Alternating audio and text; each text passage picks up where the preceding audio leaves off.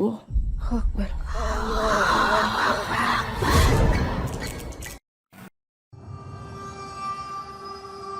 Assalamualaikum warahmatullahi wabarakatuh. Selamat datang kembali di channel cerita horor dan history.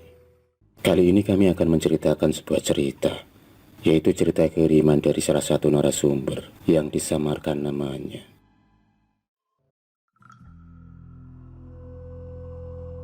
Suatu sore warga Rejosari digemparkan oleh penemuan mayat bocah laki-laki yang tercebur ke dalam sumur, yang menurut warga desa sumur itu adalah sumur keramat yang sangat angker dari dulu.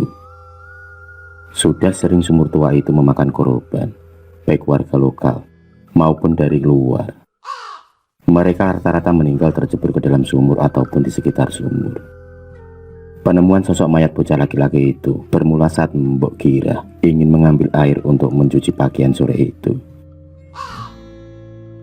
Saat itu ia mendekati bibir sumur dan segera menurunkan timba dengan pelan-pelan.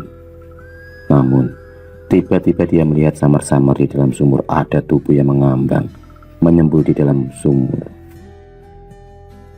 Mbah Gira kemudian mengusap kedua matanya untuk memastikan bahwa apa yang dilihatnya itu benar atau tidak. Tali tampar pun turun mengenai tubuh tersebut. Mbok Gira sontak kaget, tak mengira kalau itu adalah sosok manusia. Mbok Gira yang kaget dan takut langsung berlari ke rumah warga setempat yang paling dekat dari sumur tua tersebut. Mbok Gira lari seperti dikejar setan, keringat dingin pun bercucuran di wajahnya.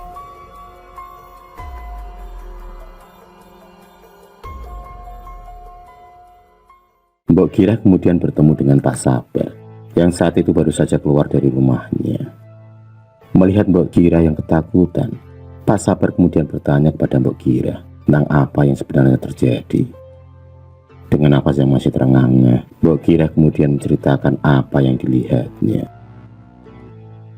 Pak Sabar yang mendengar cerita dari Mbok Gira langsung terkejut. Pak Sabar kemudian segera melapor ke rumah Pak RT yang terletak tak jauh dari rumahnya. Pak RT dan beberapa warga kemudian berjalan menuju ke sumur yang dikeramatkan itu. Sumur yang menurut warga adalah sumur yang angker. Mereka penasaran dengan apa yang terjadi. Sesampainya para warga dan Pak RT di sumur tua itu, mereka lantas mencari tali tambang untuk turun ke dasar sumur. Pak Radmin lah yang berani untuk turun ke dalam dasar sumur tersebut.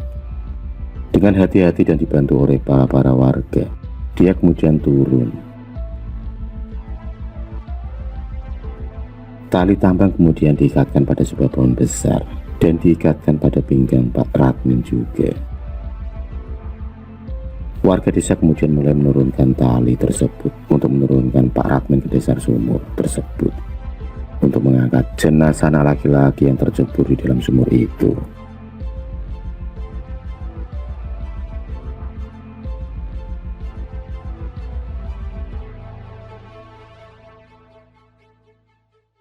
Sesampainya di dasar sumur, Pak Radmin mendapati tubuh bocah yang telah meninggal. Tubuhnya mengapung di atas air. Pak Radmin kemudian mengaitkan tali ke tubuh bocah tersebut. Setelah dirasa kuat ikatan yang diberikan kepada tubuh bocah tersebut, maka Pak Radmin kemudian mengkode kepada para warga yang di atas. Beberapa warga yang sudah bersiap-siap kemudian segera menarik tali tambang yang dikaitkan pada Pak Radmin bocah tenggelam tersebut. Setelah berjuang susah payah, akhirnya Pak Radmin pun sampai di atas sumur. Pak Radmin yang membawa jasad bocah tersebut akhirnya bisa keluar dari sumur tersebut. Saat sampai di luar sumur, ternyata bocah yang tercebur tersebut adalah Anton, anak pertama dari Pak Joko. Pak Joko yang saat itu juga berada di tempat langsung shock sambil memeluk tubuh anak laki-lakinya itu. Pak Joko hanya bisa meratapi nasib anaknya. Malam itu seperti biasanya di desa tersebut, jenazah Anton langsung dimakamkan di pemakaman desa dengan diiringi isak tangis keluarga, tetangga, dan teman-teman bermain Anton. Tapi itulah takdir, kematian. Tak ada yang tahu kapan dan dengan cara apa kematian tersebut akan menjemput setiap manusia.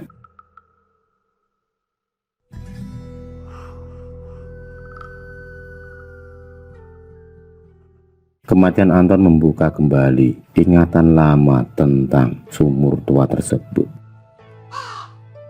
Sumur yang dianggap angker oleh para warga sekitar tersebut. Banyak warga yang membicarakan lagi tentang keangkeran sumur tersebut, yang dikelilingi oleh pohon-pohon besar yang dipercaya dihuni oleh para jin-jin dan makhluk halus. Dari dahulu sumur tua tersebut memang sudah terkenal akan keangkerannya dan tak jarang menelan korban. Di dalam sumur tersebut dipercaya dihuni oleh dua siluman ular, laki-laki dan perempuan, yang berdiam di dalam sumur tersebut. Dan masih ada beberapa siluman atau jin-jin lain yang menguasai di sekitar sumur tua tersebut. Dari dahulu tanah sekitar sumur tua tersebut dipercaya sebagai tanah yang bingit, tempatnya para lembut. Sudah ada beberapa warga yang pernah melihat sosok-sosok makhluk astral penghuni sumur tua itu. Mereka pun bisa berubah menjadi apa saja yang mereka inginkan. Beberapa warga yang pernah melihatnya sontak berlari ketakutan karena melihat sosok yang menyeramkan. Suasana akan terasa mengerikan dan angker ketika hari menjelang sore dan kemudian berganti malam.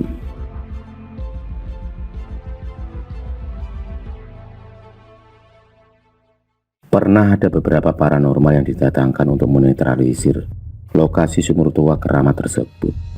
Namun, rupanya mereka tak mampu menetralisir dan memindahkan sosok-sosok penghuni sumur tua yang angker tersebut.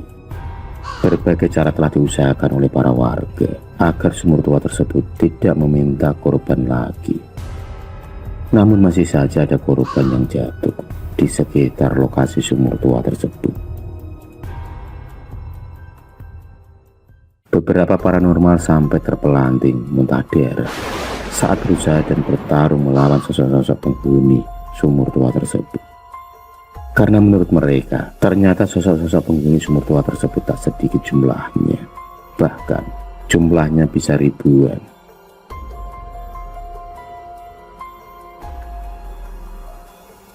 Dulu pernah terjadi suatu usaha penetralisiran kawasan sumur tua tersebut. Namun tiba-tiba banyak warga yang kesurupan massal di lokasi tersebut saat melihat penetralisiran. Dan alhasil, acara pun dihentikan untuk mengeluarkan dan menyembuhkan kembali para warga yang kerasukan. Saat itu, suasana sangat mencekam bagi para warga.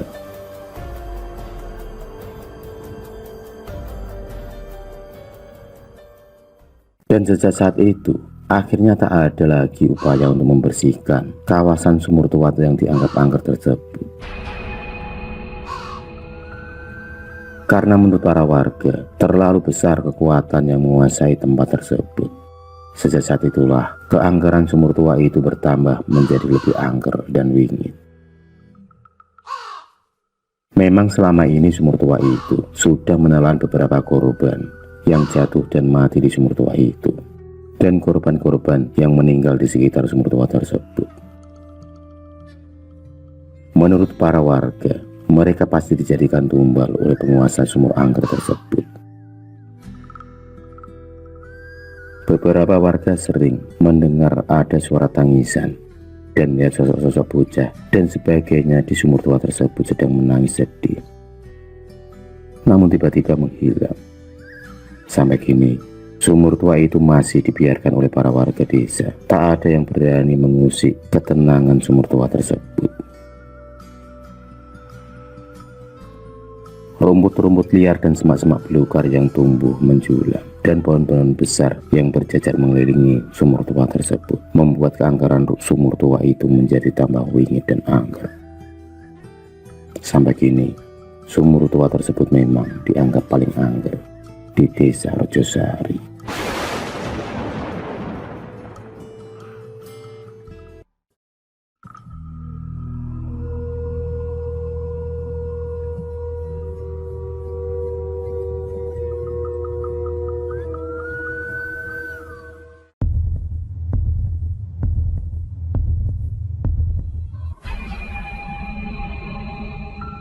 Terima kasih. kasih sudah menonton video cerita bergambar ini.